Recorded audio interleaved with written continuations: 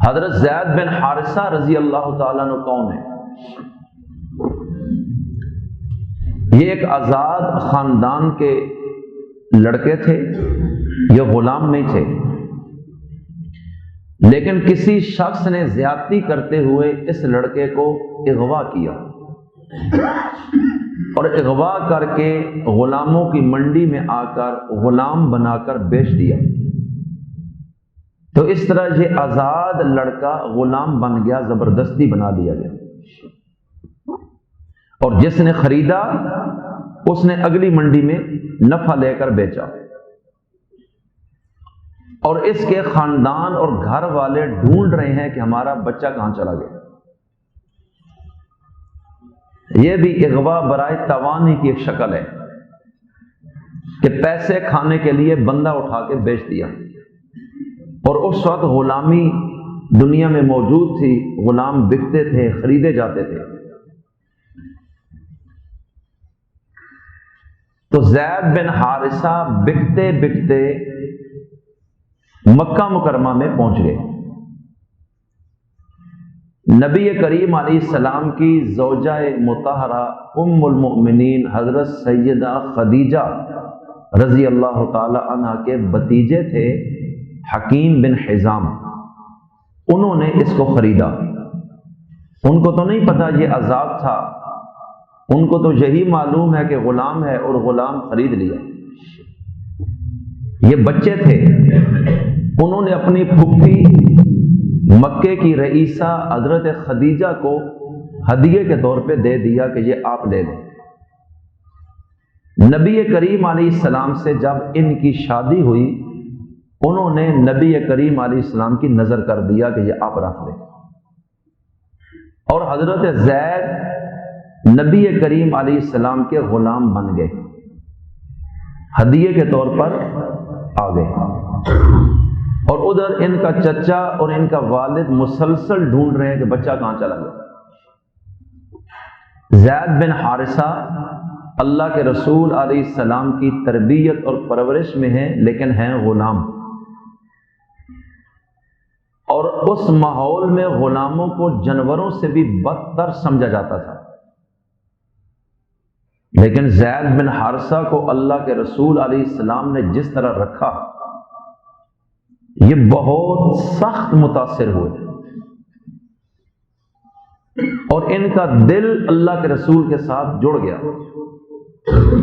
انہوں نے کبھی سمجھا ہی نہیں کہ میں غلام ہوں۔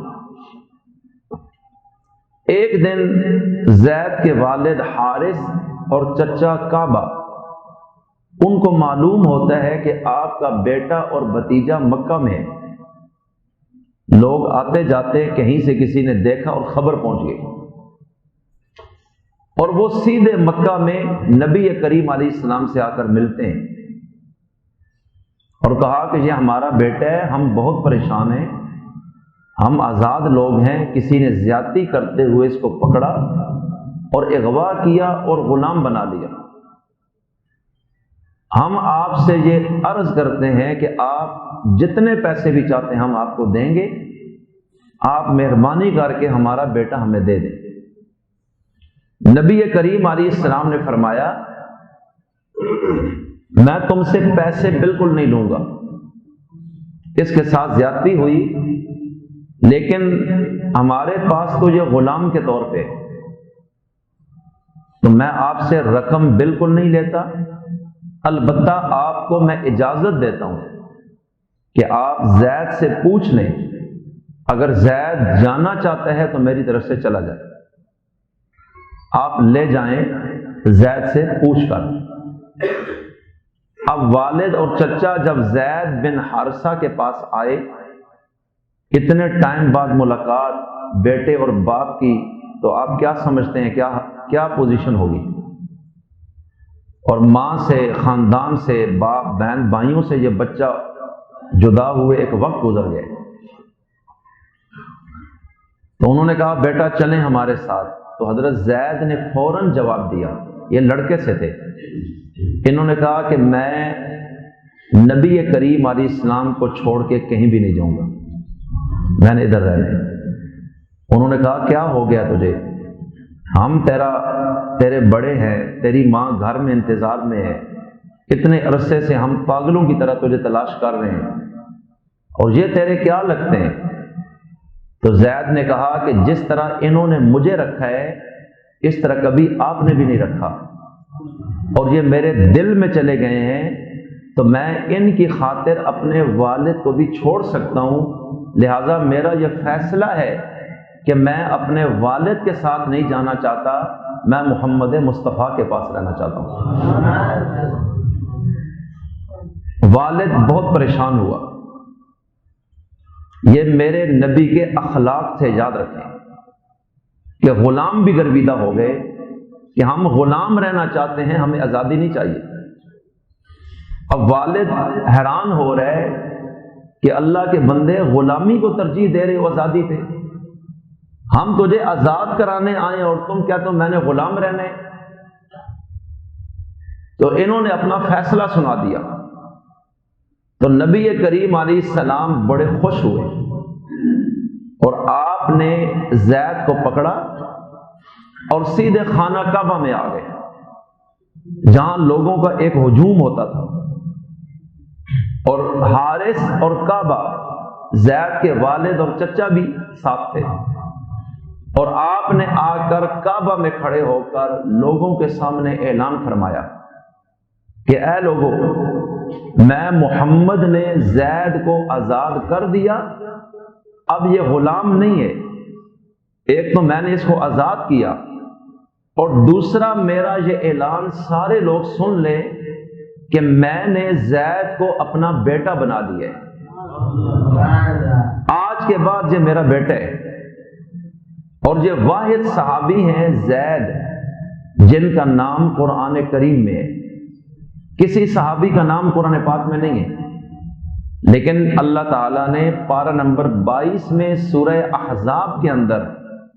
ایک آیت میں حضرت زید کا نام آسمانی وحی میں نازل فرمایا ہے۔ اور پھر اللہ کے رسول نے جب اعلان نبوت فرمایا تھا تو سب سے پہلے جنہوں نے ایمان قبول کیا، چونکہ زید غلام تھے اس وقت، تو بچوں میں سب سے پہلے حضرت علی نے، جوانوں میں حضرت ابو بکر نے، عورتوں میں حضرت خدیجہ نے، اور غلاموں میں سب سے پہلے حضرت زید بن حارثہ نے میرے نبی کا کلمہ پڑھا اور ایمان قبول کیے۔ یہ دنیا میں جو پہلے مسلمان تھے، بالکل پہلے، یہ ان میں، اور نبی کریم علیہ السلام نے اپنا بیٹا بنایا، اور اب لوگ ان کو کہتے تھے زید بن محمد صلی اللہ علیہ وسلم، کہ یہ محمد کے بیٹے زید ہیں، زید بن حارثہ کوئی نہیں کہتا تھا۔ اور یہ اسی طرح اللہ کے رسول کے گھر میں جوان ہو گئے، کیونکہ اللہ کے رسول کی اپنی جو اولاد تھی، لڑکے، وہ تو سارے بچپن میں مدینہ میں مکہ میں فوت ہوئے، زید کو ہی آپ نے بیٹا بنایا۔ حضرت زید جوان ہوئے، آپ صلی اللہ علیہ وسلم نے اپنی پھپھی کی بیٹی حضرت زینب سے ان کا نکاح کر دیا، اور بعد میں مزاج نہیں چل سکا، طلاق تک نوبت آئی، تو پھر فیصلہ ہوا کہ یہ نکاح طلاق کی صورت میں ختم کر دیا جائے، اور اللہ تعالیٰ نے آسمان سے حکم دیا کہ زید بن حارثہ کی جو مطلقہ ہے زینب، اے نبی، اللہ تعالیٰ یہ اعلان کر رہے اور حکم دے رہے کہ ان کے ساتھ عدت کے بعد آپ نکاح کریں۔ اب چونکہ لوگوں میں یہ تھا کہ یہ تو اللہ کے رسول کا بیٹا ہے اور زینب تو بہو ہے، اور بہو کے ساتھ طلاق کے بعد بھی سسر کا نکاح جائز نہیں۔ شرعی مسئلہ تو یہی ہے کہ حقیقی جو بہو ہے، حقیقی طلاق کے بعد بھی سسر سے اس کا نکاح نہیں ہو سکتا، اور عرب کی سرزمین میں یہ رواج تھا، اور اللہ نے جب حکم دیا کہ زینب کے ساتھ میں نے آپ کا نکاح آسمانوں پہ کر دیے، تو پورے عرب میں اللہ کے رسول کے خلاف پروپیگنڈا ہوا اور ایک طوفان برپا ہو گیا،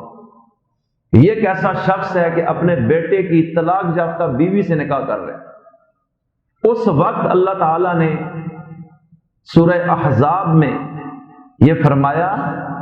کہ زید جو ہیں یہ اصل میں نبی کریم علیہ السلام کے صلب سے نہیں، ان کے بیٹے نہیں، یہ منہ بولے بیٹے ہیں، ان کا نسب حارث سے ہے، اور اس نسبت کی وجہ سے لوگوں کو غلط فہمی ہو گئی اور آج وہ آپ پر اعتراض کرنا چاہتے ہیں۔ تو ہم آپ کو بتانا چاہتے ہیں کہ منہ بولا بیٹا حقیقی بیٹے کی طرح نہیں ہوتا،